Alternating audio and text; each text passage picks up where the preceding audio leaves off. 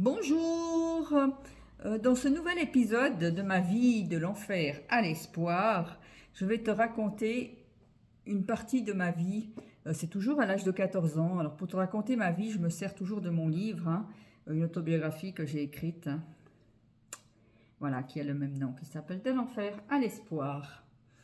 Alors comme je te disais dans l'autre épisode, à l'âge de 14 ans, j'ai commencé à voir plus régulièrement mon père parce qu'il a déménagé dans le canton de Fribourg.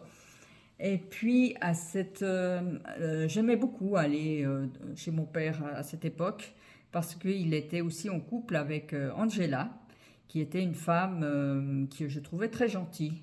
Et c'est vrai que Angela me considérait vraiment comme une adolescente, hein. J'avais 14 ans à l'époque. Et puis, elle ne me considérait pas comme un enfant. Et j'avais une meilleure relation avec elle que j'avais avec ma mère, qui était beaucoup plus détendue. Et je me rappelle même que Angela, une fois, m'a emmené faire les boutiques avec elle. Je ne lui avais pas parlé de ce que je vivais avec ma mère, mais automatiquement, elle m'a laissé choisir ce que je voulais et elle m'a acheté un t-shirt. C'est vrai que ce t-shirt, je l'ai gardé pendant de nombreuses années parce que j'ai trouvé magnifique son geste alors qu'elle n'était même pas ma mère. Et c'est vrai qu'avec elle, j'allais souvent me balader. Mon père et Angela avaient une chienne que j'aimais beaucoup qui s'appelait Jibi.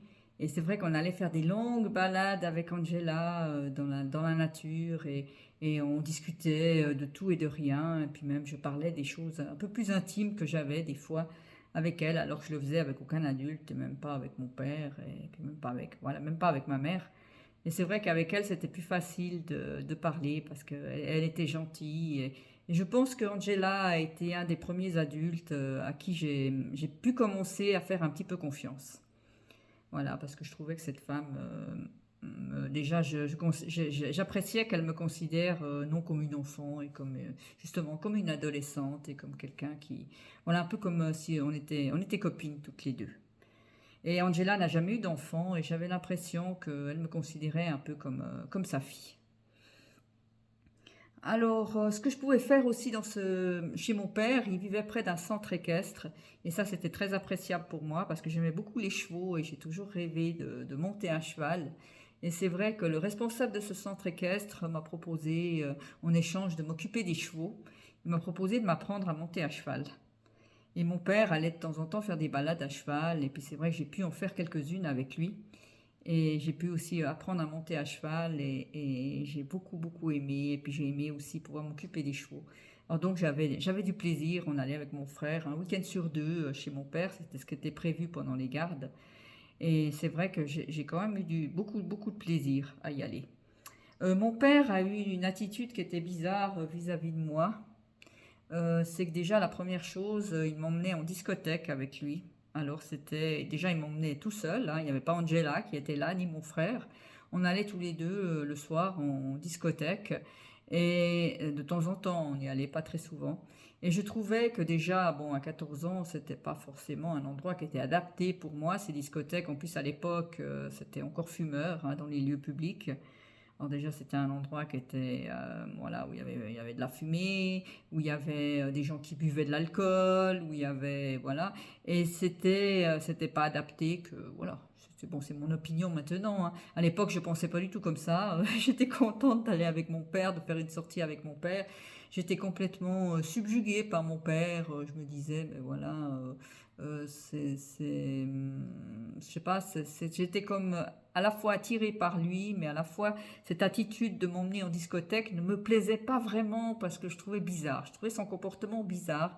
Je trouvais bizarre comment il me touchait, comment il me caressait, comment il me faisait des choses qui n'étaient pas très claires et qui ne sont pas appropriées, hein, qu'un père fasse ça à sa fille. Maintenant que j'y repense, je m'en rends compte. Mais à cette époque, je me rendais pas vraiment compte et j'étais complètement, je sais pas. À la fois, je pense que j'avais peur de dire quoi que ce soit à mon père. J'étais complètement dans la peur de lui. Et j'osais pas le dire, j'osais pas. Il m'impressionnait beaucoup. Alors, il a fait aussi une deuxième chose qui était quand même, je considère, qui était aussi grave. Et c'est que le soir, quand Angela était couchée, et que mon frère et moi, des fois, nous restions un peu avec lui devant la télé. ben, d'un coup, il mettait des films porno. Et c'est vrai que mon frère souvent se levait puis allait se coucher parce qu'il ne voulait pas voir ce genre de film. Et puis moi, je restais là. Et puis parce que je me sentais comme hypnotisée par mon père. Je sais pas, je me sentais obligée de rester. Voilà, c'était le mot. Et puis une fois ou deux, je me rappelle que j'ai voulu me lever et puis partir dans ma chambre. Et il m'a tenue par le bras puis il m'a dit non, reste, ça me ferait très plaisir que tu restes avec moi pour regarder ce film. Et c'est vrai que je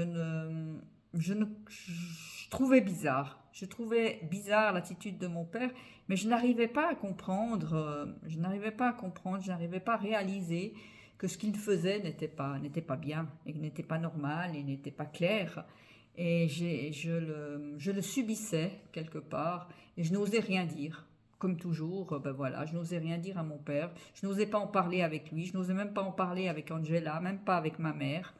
Et c'est vrai que c'était quelque chose où j'étais pas bien, mais je le subissais sans me poser plus de questions. Et puis, mais maintenant, avec le recul, je sais que ce que mon père faisait avec moi n'était pas bien. Et en plus, quand nous étions en discothèque, j'avais des fois l'impression qu'il essayait de draguer d'autres femmes. Et justement, il était en couple avec Angela, et puis son comportement était bizarre, et moi, ça me mettait un peu comme en esclave entre Angela et mon père, parce que je n'osais rien dire, et j'avais l'impression quelque part de mentir à Angela, de ne pas lui dire toute la vérité, de ne pas lui dire les choses que mon père faisait. Je pense qu'elle n'a jamais réalisé tout cela, ou je ne sais pas si elle l'a réalisé plus tard. J'ai jamais eu l'occasion d'en parler avec elle, mais en tout cas, c'était pas. Il y avait tout un côté heureux d'aller chez mon père, puis il y avait tout ce côté qui me dérangeait. Mais comme à l'époque je parlais pas, je pouvais pas en parler. Ben voilà, merci à toi d'avoir écouté cette vidéo. Dans le prochain épisode, je te parlerai d'événements heureux voilà, de choses qui ont heureux, qui sont arrivés, de belles choses et qui ont quelque chose aussi, un événement qui a complètement transformé ma vie, qui l'a complètement changé. J'avais promis de te le parler dans cet épisode, mais je pense que c'est assez long. Si tu veux l'écouter, si tu veux savoir ce que c'est, ben écoute, abonne-toi à ma chaîne. Si cette vidéo te plaît, like-la, mets un pouce et puis n'hésite pas à la partager aussi avec d'autres personnes. Merci à toi d'avoir écouté cette vidéo.